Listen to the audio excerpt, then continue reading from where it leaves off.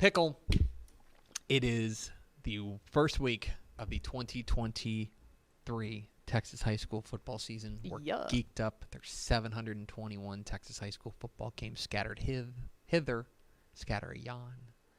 And every week, I have the very difficult task of narrowing it down to 10. And so here it is. Tepper's top 10 Texas high school football games of the week in week 1 of the 2023 Texas high school football season. We'll start in the top left. How about this matchup? A matchup of state champions, a matchup of number 1 teams as the Alito Bearcats begin their title defense. The number 1 team in 5A Division I taking on the number 1 team in the private school ranks, the Parish Episcopal Panthers. Live on Dave Campbell's Texan Live. That's right. You're gonna have to be in charge of that. Yeah, I got you. You're gonna be in charge of that because our list of games on Texan Live is too basically a large. siren on program. This is fascinating. You may remember this was a week 1 matchup last year, and Parish Episcopal beat Alito, and of course everyone was like, "What's wrong with Alito?" Everything ended up being okay with Alito. They ended up winning a state championship, and they come back as the undisputed number 1 team in the state. Quarterback Hoss Haney is back. They've got playmakers everywhere you look. They're going to be a threat to win every game, including this one. Now, Parish Episcopal is really fascinating as well. They bring back all of the star power offensively. Basically, offensively, I should be clear. Now, they lose Chase Burton and Derek Eusebio, but they bring back the running back Maddox Reed, who's the 1,000-yard rusher. They bring back Sawyer Anderson, who's one of the very best junior quarterbacks in the state. He's 2-time state champ, right? The question for me, they're going to have a big playmaker on the outside in Bryson Fields. The question for me is going to be defense, where they have to replace a lot of pieces. Now, I like some of the guys they have, Caleb Irving, Parker Meese, but this is a really interesting test, and there's going to be a number 1 team that goes down this week. That's a hot take. Yeah. That's where we're at. Wow. How brave of you. Thank you. I do have a lot of courage. We'll go across instead of down. To the right, the number 2 team in 6A. Excuse me. Bless the you. number 2 team in 6A. With a brand new head coach. The Galena Park North Shore Mustangs will take on the Woodlands Highlanders, the number 12 team in Texas in Class 6A.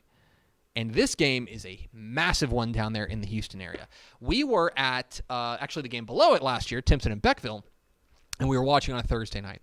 And you may remember that we were looking at the app, we were looking at our phone, and saying, oh my gosh, North Shore is up 42-0 on the Woodlands in the second quarter. And at that point, it was, a 32-0 win streak that they had going on? It was.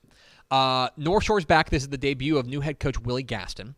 Fascinated to see what they look like. They do bring back. This is the return of their injured quarterback. You may remember that they ran into the state championship game with touchdown David Amador at the quarterback spot. That is because they had lost their quarterback Caleb Bailey. But Caleb Bailey is back. All reports are that he's back 100%. They get a huge test right out of the chutes with a top 15 team in the Woodlands. The Woodlands is a really intriguing team this year to me because I love what they bring back offensively.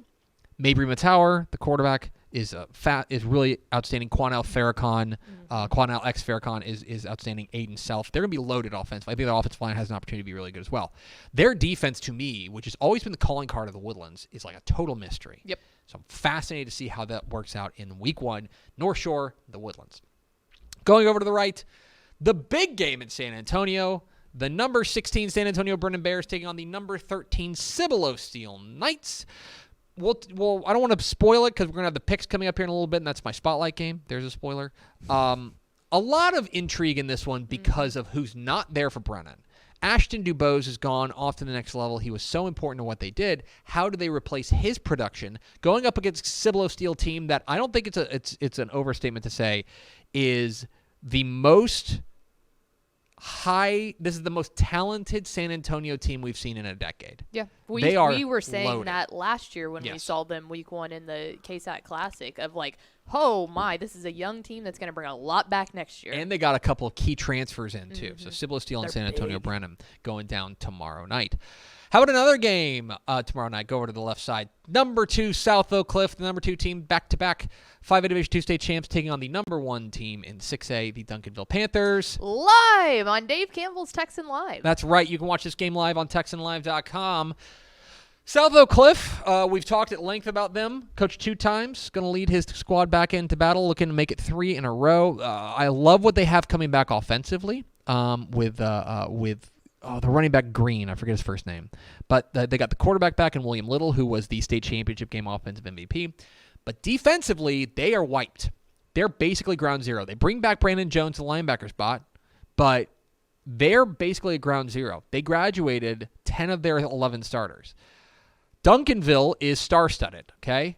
Colin Simmons, Caden Durham, they are back for more. They're the number 1 team in 6A for a reason. They look the part. This is an interesting litmus test for these 2 teams. Again, I think Duncanville has to be your favorite, but I think we'll find out a lot about where the South Oak Cliff reload is depending on what this game looks like. I don't think it's a reasonable – this is going to – and Coach is going to yell at me for saying this. And I'll probably get a text from Kyle Ward. I do not think it's a reasonable expectation to expect South Oak Cliff to go out there and win this game. They're playing up 2 divisions. They're playing up like this is a monster team. But if this game plays out like it did last year, where it was close into the fourth quarter, I think that's good. That's really good for South Oak Cliff. Yes, I completely agree. Danny Green is the name of the Danny running back Green, as well, thank you very much. which is very easy for any Spurs fans to remember. Of course. How about some 2A football? Yeah. Friday night in Timpson, the number 4 Beckville Bearcats will take on the number 2 Timpson Bears in a matchup that probably has more star power per capita than any game in Texas. Okay? We're going to talk about Timpson in a moment. Beckville's loaded. If it were not for a guy on Timpson, Jacoby Williams would be the guy we wouldn't shut up about. Jacoby Williams for Beckville's incredible. He's insane. Plus Kalen Castles, their quarterback, Will Boggs, the running back spot. They bring back 18 starters from last year's team that went 10-2. Mm-hmm. Now they're taking on Timpson, and perhaps you've heard Timpson has a dude, Terry Bussey, Mr. Texas Football Player of the Year. We do not know his status. We don't know if he's going to play. We didn't know if he was going to play regardless. We mentioned here on Texas Football Today, if you're just engaging with Texas high school football, hello. He was injured during track season. I believe it was. Mm-hmm. He was injured during track season. A leg injury. A leg injury. I think a torn meniscus. He ended up having surgery. I think even if he is 100%, they may not unleash him. Mm-hmm. But they've still got Vosky Howard. They've still got, I think, 18 starters back from last year's team. This is a fascinating top 5 matchup in 2A Division I, Timpson and Beckville. Yeah, and if you remember last year, too, like if you look back and say, well, why wasn't this a very close one last year? Their quarterback ended up getting hurt in the end of the first quarter, early second quarter last year, and the game looked a lot different until that point. To 3A versus 2A we go. Number 7 Hitchcock, the number 7 team in 3A Division I, visiting the coast to take on the number 1 team in 2A Division I, the Refugio Bobcats. This is the team Hitchcock's been waiting for. This junior class, led by Lloyd Jones III, and this senior class, led by Damian McDaniel. This team is loaded. They're ready for prime time. Going on the road to take on the Refugio Bobcats, who are absolutely star-studded. They have the fastest man in Texas, in Ernest Campbell. Not an opinion. Verifiable. The fastest man in Texas. And he is one of, I believe, 17 starters back from last year's state finalists. We talked all offseason about how Refugio was a year early this year. We will find out what they look like out of the chutes when they take on Hitchcock.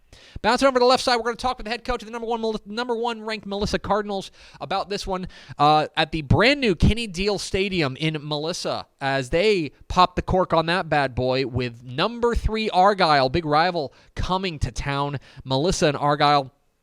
Argyle is really intriguing to me. Of course, a state semifinalist a year ago, moving up to 5A and making it look pretty easy. Not easy, but I mean, they made it to the state semifinals. Mm-hmm. They are going to be, what's interesting is that last year we felt really good about what they had up front. Mm-hmm. Michael Madry, Riley Van Poppel, Jason Crowder, guys like that, Wes Tucker. This year, we like what they have kind of at the skill spots. Devin Owen at the safety spot, John Gailey, quarterback. That's interesting. Melissa is loaded in their own right. They are the number one team in 5A Division II for a reason, and I think a lot of it is what they're going to bring back as far as star power is concerned. Nigel Smith, their defensive end, is a game wrecker, an absolute game wrecker.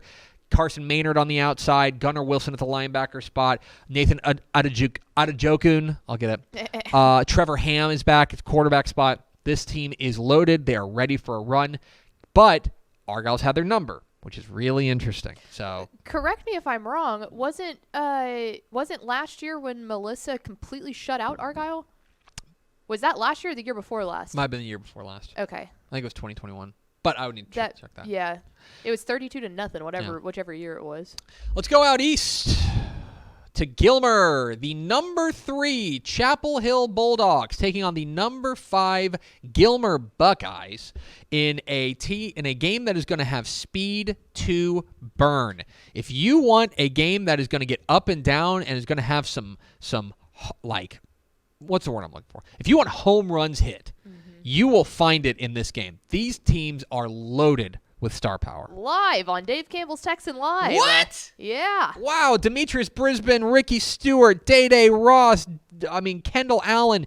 Chapel Hill is a team that feels like this is the moment they've been waiting for. 15 starters back from last year's state semifinalists. Can they get over the hump? It would certainly behoove them to get a week 1 win over Gilmer. Alan Metzel back in the saddle for them. They bring back a good amount from last year's team. Aaron Bell, is going to be the key on that defensive line. I love what they have in Will Henderson at the running back spot, to Eric Tate on the outside. Plus, they bring back their quarterback, Caden Tennyson, who was I thought really grew up as a quarterback last year. We will see exactly how things work out as those two teams square off, Chapel Hill and Gilmer. Now to the bottom left. How about a big-time 4A versus 3A clash? The number 3 Pleasant Grove Hawks taking on the number 2 Brock Eagles. And this is interesting because for Brock, you remember all we talked about last year was how they started off so slow. 0-3. They were the best 0-4 team. Yeah, the best 0-4 team in the state because they ran through a gauntlet and they were in every game, but just came up short. Now, this is, in my opinion, I think this is a better, more balanced, more ready for a big run Brock team. They bring back 14 starters, most notably Camden Harris and Carson Finney. But I also think that this is their toughest test that they have in non-district. They'll play Gunner a little bit later and stuff like that, but I think this is their toughest test because this Pleasant Grove team, this is the year they've been waiting for, right? Akari Johnson, Caden McFadden, Lance Jackson, Jalen Bordley. This team is ready for their close-up, and we will find out exactly what that looks like when Pleasant Grove and Brock tee it up. Well, and the reason that Pleasant Grove got Brock last year because they're so big up front, and that's something that hasn't changed. That has not changed. They're still very, very good up front, which is kind of a calling card out there. And finally, let's go to the 6-man ranks. How about a top 6 matchup in 1A as the 2-time defending 1A Division I state champion Westbrook Wildcats begin their title defense against the number 6 Knox City Greyhounds. Westbrook loses Cedric Ware, who was their kind of do-it-all playmaker, but I think if you only look at him, you're missing the point. Their depth for a 1A team, their depth of talent was awfully impressive. They still bring back their quarterback, Parker Matlock. Grayson Jeffrey is going to be the new bell cow back for them. He really came on late in the season for them. I think they are not going to skip a beat. But this is a really interesting test against a Knox City team that I think wants to get up to that level and wants to be in that short list of state championship contenders. I like this Knox City team a lot. They were 9-3 last year, kind of a forgotten 9-3 team, and they bring back every starter. Every starter. Pickle, they had 20 varsity players last year. Do you know how many they bring back? 18. 19. Close. They lost one guy. Bryson Calloway is the name to know. He is their playmaker, plus Devin Guillory on both sides of the ball. This game is going to be interesting, and I think we will find out if there's going to be a fallback to the pack for Westbrook. Perhaps this is where we could see it, because Knox City is certainly capable of doing that. We will have whip-around coverage of all the biggest Texas high school football games live, free, everywhere tomorrow night, 7:30 to 10 on TexanLive.com on the world debut of Dave Campbell's Texas Football Tonight. TexanLive.com.